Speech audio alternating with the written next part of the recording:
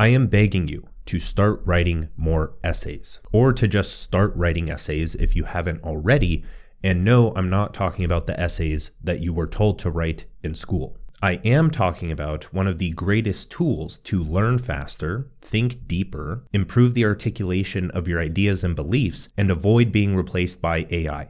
Yes, I'm serious. But those specifically are the selfish personal benefits of writing. That's what you and I get from the act of putting words on paper. But there is something a lot deeper. The modern information environment is breaking our ability to think, and most people don't even notice, and even more, don't even care. Essays might be one of the last forms of content that actually develops your capacity to make sense of reality. Because right now, we are living through the largest scale production of fake thinking in history. And the consequences of this are quite high, as you'll find out in this video, and only a select few of you will actually care enough to take advantage of it and profit from it. So in this video, I want to show you how this fake thinking epidemic, as we'll call it, and if it goes on as it is right now, which is in a bad downward direction, will not only make your own life worse, but will potentially lead to the collapse of civilization. And then at the end, I want to help you write your first essay so that you can fix one of the most precious resources that you have, which is your mind. And of course, turning it into a career or a side income doesn't hurt either. So the first point here is that the internet isn't dead, but it's killing us. And we'll start with a quote from Daniel Schmachtenberger. Actually, every quote in this video is going to be from Daniel Schmachtenberger. The written word as the primary type of media was probably required for democracy to work because it required the capacity to pay attention to an idea for long enough to understand it. Now, the point of this section is that social media and AI are quite literally a threat to civilization. And I know you don't see it as that because all you see it as is this little app on your phone that you use every day. And I know it sounds insane, like how could doom scrolling Instagram reels eventually lead to the collapse of society? How could watching a little person dance on TikTok hurt? How could reading someone's 5-second, 280 character opinion, polarizing opinion on Trump on Twitter/X ruin the world? That's just something that you do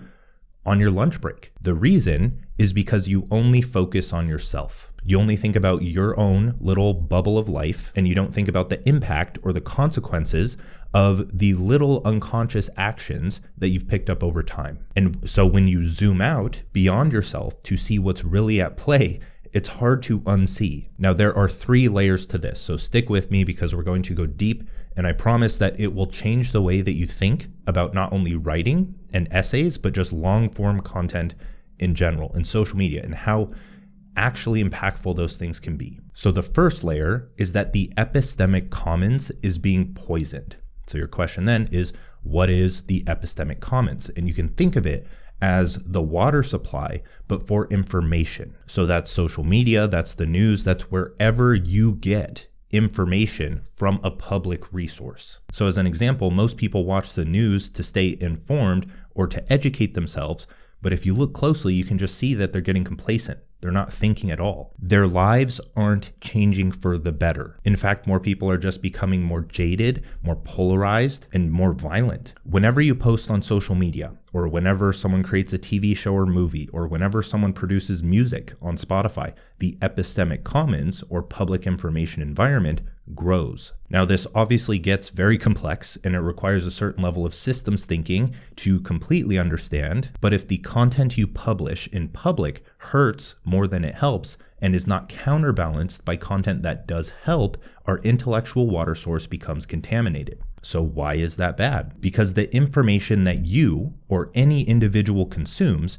influences your identity, right? If you've watched any of my other videos on identity or the self or personality or the psychology behind it all, you understand that your identity is created through this feedback loop of information that leads to conditioning, or information that leads to action, and once repeated leads to conditioning, and that becomes who you are. So your identity, which is shaped by the information that you consume, influences your behavior and thus your trajectory in life. It determines the outcome of your life. You think something as simple as reading a little social media post doesn't determine where you end up in life, you are wrong. Now, beyond that, the form of information that you consume. So a short form tweet or long form books or articles or podcasts, that trains your attention span. It also trains your tolerance for complexity and ability to hold contradictions and the capacity for nuance. And I mean, that's why you learn in the first place, right? That's why you intentionally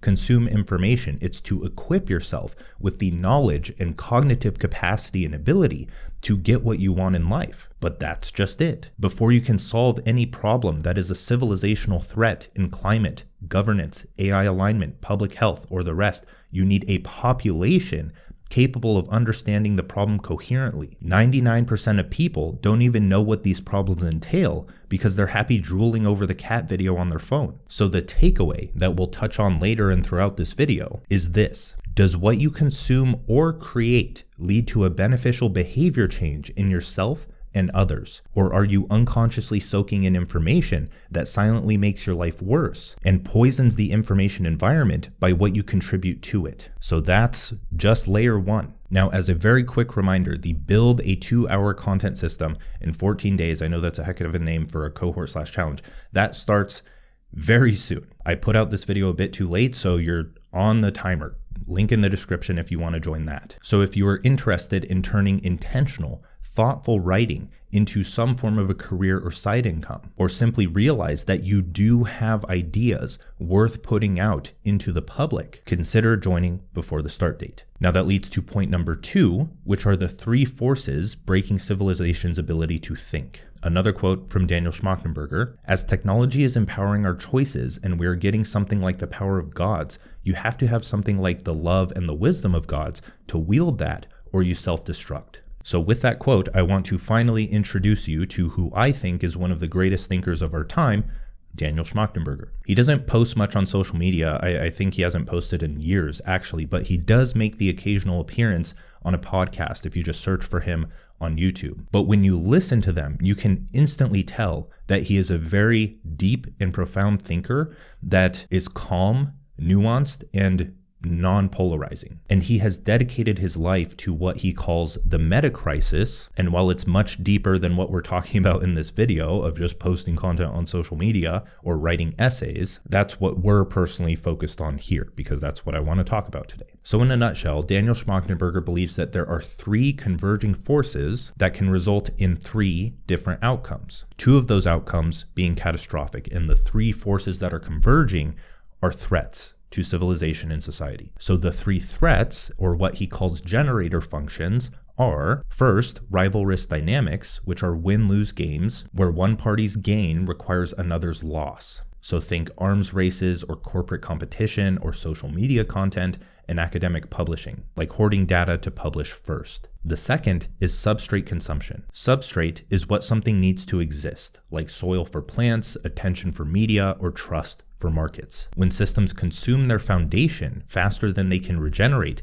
that's bad. So you can think depleting topsoil that took millennia to form, and the attention economy consuming human cognitive capacity faster than it recovers. And the third threat is exponential technology. So tools and systems that improve themselves at accelerating rates, outpacing human wisdom. You can think AI doubling in capacity, automated weapons, and social media algorithms evolving faster than we can study their psychological impacts. So when those 3 things converge, they can result in civilizational collapse. So nuclear war, unaligned AI, ecological destruction, or engineered pandemics. Or outside of civilizational collapse, they can result in dystopian control. So think total surveillance, just being surveilled all the time, or digital authoritarianism, or just the elimination of agency and the ability to make your own choices. So he calls these 2 outcomes attractors. Those are the 2 attractors that we're trying to avoid heading towards. And they are kind of like the basins that a lot of complex societies already fall into if you look around the world. Now, the third attractor, or the good outcome here, is a world where sense-making, shared understanding, and aligned incentives exist. Now, when we look at the internet, AI, and social media, it's pretty easy to see this playing out. As an example, content creators compete for attention, so they optimize for engagement rather than transformation, which is the rival risk dynamics part. Because the algorithm doesn't measure transformation, it measures how much someone viewed the thing or liked the thing, or shared the thing. So creators are much more likely to abandon truth or transformation for whatever will make people react. That's an obvious problem. So when engagement is optimized and someone consumes that information, like you watching this video, it does not require thinking or understanding. So the viewer's mental muscle, thinking muscle, atrophies. AI accelerates content production. Yes, but it also accelerates imitation. And when there is only destructive content to imitate, you can see where that goes. So AI itself isn't the issue. The issue is that it can mimic what looks like real thinking without requiring any cognitive effort from either the creator or the consumer. So the default outcome here is that the epistemic commons, or mental water supply, becomes poisoned incredibly fast because it's optimized for content that looks like it should shift your thinking, but structurally it cannot. So that's layer 2, which leads to layer 3, which is what you can actually do about it and how you can profit from it in a meaningful way. So point number 3 is why essays may be the last bastion of real thinking. And another quote, "Wisdom is not algorithmic and cannot be made algorithmic." Now, for the past few decades, a certain type of content has dominated the internet, specifically content that delivers conclusions without requiring thought. In other words, it's fast food for the mind. So we're going to call this category of media or information fast content, because social media companies use the same psychological triggers to get you addicted as fast food companies who realize fat, sugar, and salt were a scarce good that our brains aren't wired to have in abundance. Finding those resources spiked dopamine because they aided in survival. So on the fast content end of the spectrum, you have BuzzFeed listicles, rage tweets, AI-generated summaries, hot takes, engagement-optimized threads, and TikTok explainers that give you the feeling of understanding in 30 seconds. It makes sense why everyone thinks they're an expert these days. Now, on the slow content end of the spectrum, or content that requires you to think and potentially change your behavior, you have essays, long-form, non-optimized conversations, certain books, certain lectures, and even tweets crafted in a way that make you think to receive the insight. Now, I personally want to focus on essays, but all of this type of content is good, and that's actually what we go over in the challenge that I mentioned, link in the description. So why essays? Because they are something that you can produce alone and leverage to take advantage of the meaning economy we are heading into. And essays are the most scalable and durable form. A meaningful conversation can shift one person, but it lives and dies in the memory of the participants. An essay develops the reader's and writer's thinking capacity, and it can do that for thousands of people across thousands of years. More on that in a bit. And on top of that, most people, including me, including you, walk around with opinions that they've never thought through. They feel like they believe something, but they've never sat down and tried to write out exactly what they believe. And they especially haven't tried to write it down in a way that would survive a smart person's criticism. And it also doesn't hurt that some of the world's most respected minds were forged through the act of writing essays. So Paul Graham for the tech bros, or Isaac Newton for the science bros, or Jordan Peterson in his prime, or Nietzsche, or Emerson, or a lot of people. The defining factor of an essay is that AI cannot write one. Now, for understanding what an essay actually is, it helps to distinguish an essay from an article. Articles are answers, while essays are arguments. Articles package existing knowledge, while essays change the author's beliefs. Articles start with the conclusion, while essays figure it out. Articles inform or educate, while essays are an act of thinking. Articles communicate what's already there, while essays discover what isn't. Now, this video isn't to say that you should never write an article, and it's also not to say that essays and articles don't overlap in some way. What I'm trying to say is that you should write with the intention of refining what you believe and actually impacting the other person on the other side. Now, if you think about it, only a human can write an essay, because a robot doesn't have a situated point of view. It does not have direct experience. It can simulate the perspective you tell it to adopt, but it lacks the beliefs, biases, and emotions that lead you to think and question in a particular direction. And honestly, I use AI a lot. It would be nearly impossible to pass off all of that context. It would need to be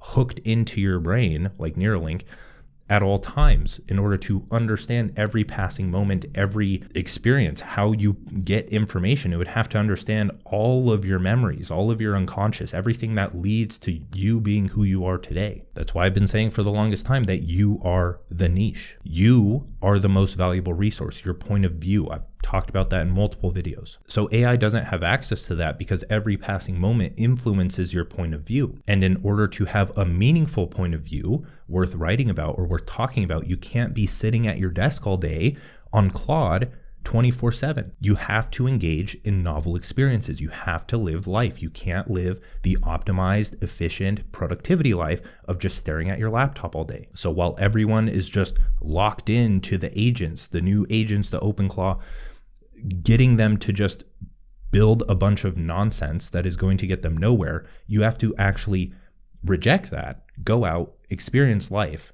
build a good life, and then bring that online because nobody else is doing that. That's how you become unique. And now I think the more important point here is that I've recently realized that AI destroys the magic of surprise and discovery.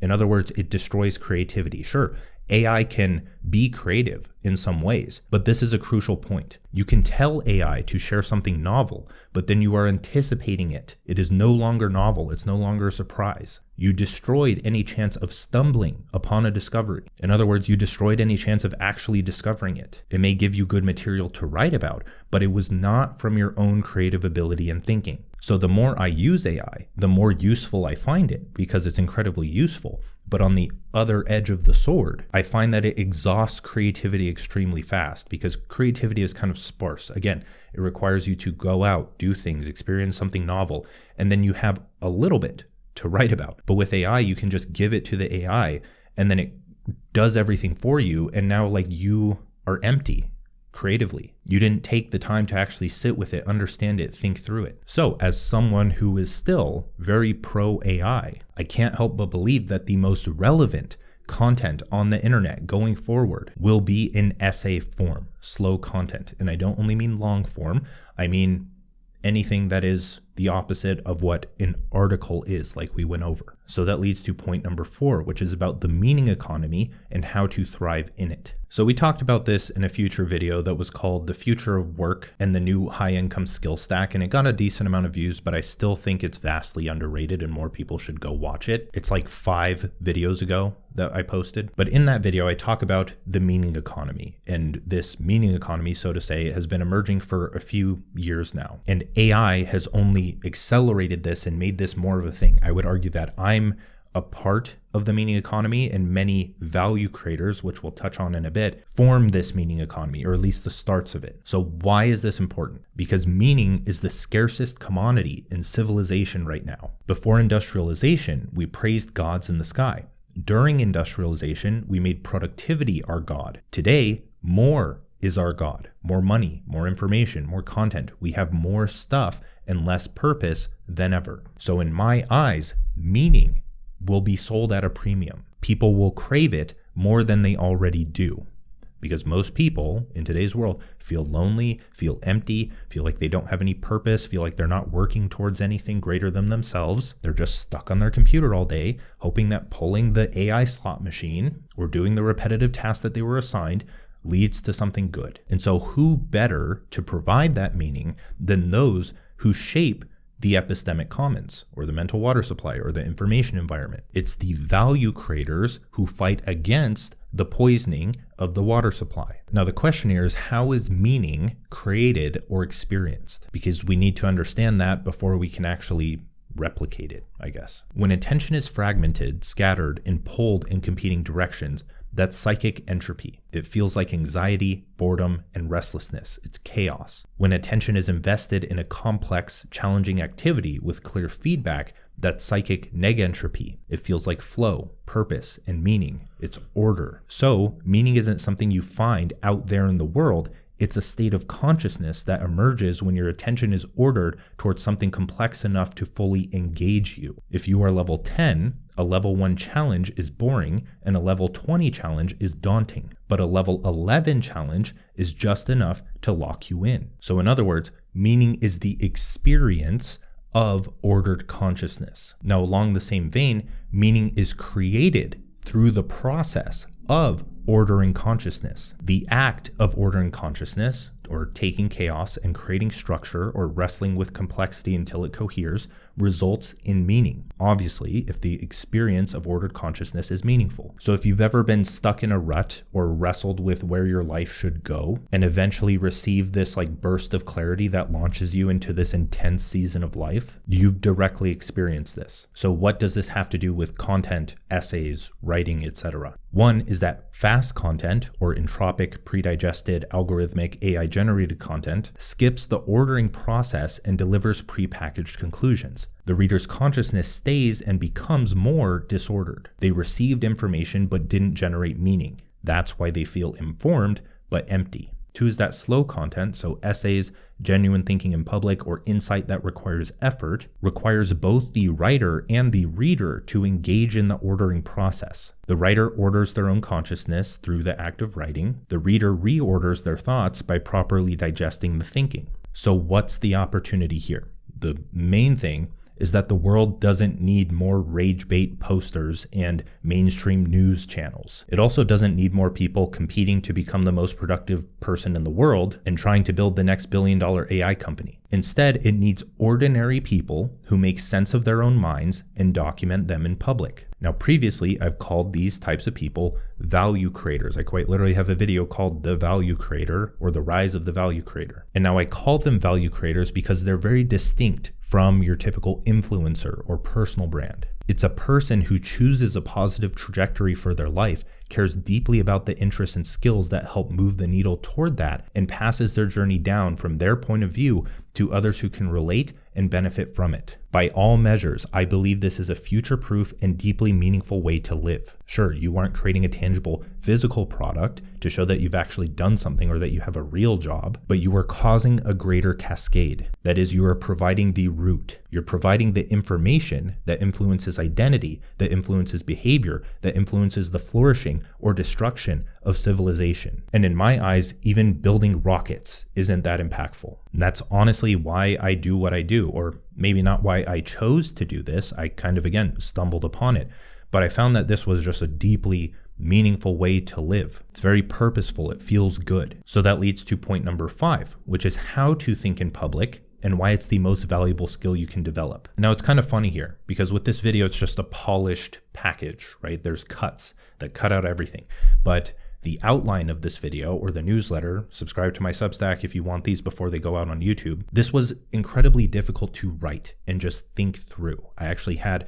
3 other drafts of why you should write essays that I scrapped entirely because they just didn't feel right. But by sticking with the challenge and really trying to synthesize a point of view that I actually aligned with and that I felt was true and impactful has changed my mind. It's helped me articulate and cohere or make something coherent in my mind. And if this video changes your mind or your behavior in some way, that brings even more meaning into my life and yours. And now I hope you can experience that same feeling. So we need to get a bit practical here. I want you to try writing your first essay of some form, even if it's difficult. It's supposed to be difficult, especially if you're not a writer. So I put a few points together. These are going to be rapid fire, so it's not too long, but this should get you started, right? You don't need that much to just take out a piece of paper and start writing, or to open up an app and start writing. So here's how you write an essay. First is write to discover, not to perform, because most social media engagement comes from packaging anyway, and you can learn about that later. So start with a concept, viewpoint, question, experience, thought, or something that bothers you, or just a topic. An essay begins with uncertainty and an open mind. 2 is write about what genuinely interests you. Focus on a single main idea.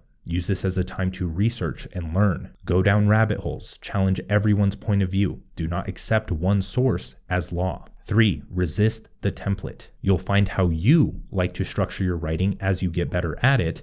It's a skill, remember that. But for now, just write. Have a debate with yourself. Ask questions to keep the writing going. Then worry about the structure and ask AI for help if you want. Do the thinking first. 4, ask, do I actually believe this? It's easy to write what you already believe, but the point of this is to change what you believe. This is the most difficult part. Resist the urge to act like you are absolutely right. 5, read essays and consume syntropic content. Your sense-making capacity is shaped by your inputs. You can't expect the For You page to feed you this content. You must actively search, curate, and nurture your digital feed. 6, build a body of work, not a content calendar. People don't follow creators for one piece of content. They follow for their body of coherent work. Each essay compounds on the last. AI can't replicate a coherent philosophy built through years of genuine thinking. So that makes sense, but where do you start if you actually want to do this online? I would recommend X or Substack because that's where you're really seeing the revival of long-form content. I mean, I was runner-up in the $1 million challenge of the X articles when they brought articles back and mine went insanely viral. Substack, I think, is the most slept on social media right now because 1, you own your audience, people who follow or subscribe to you, you have a list of them. 2, it's email first, and if you understand anything about newsletters or email marketing, you understand how powerful that is. And 3, they have a notes feed of people who actually appreciate deep and genuine thinking. So if you need somewhere to write, I'd just start with Substack or X, depending on which one you vibe with the most. Now, I've written about that in my newsletter and I've talked about it in multiple videos before, so we're going to leave it at that. I think that's enough. And again, if you want a guided challenge to do this and you want to understand frameworks for writing and how to generate or capture ideas or how to just figure out what you want to talk about or how to phrase things in an impactful way, then consider joining the Build a 2-Hour Content System in 14 Days challenge that starts very, very soon because I got this video out late. Link in the description for that. If you don't join that, at least like and subscribe if you like this video, and I'll see you in the next one. Bye.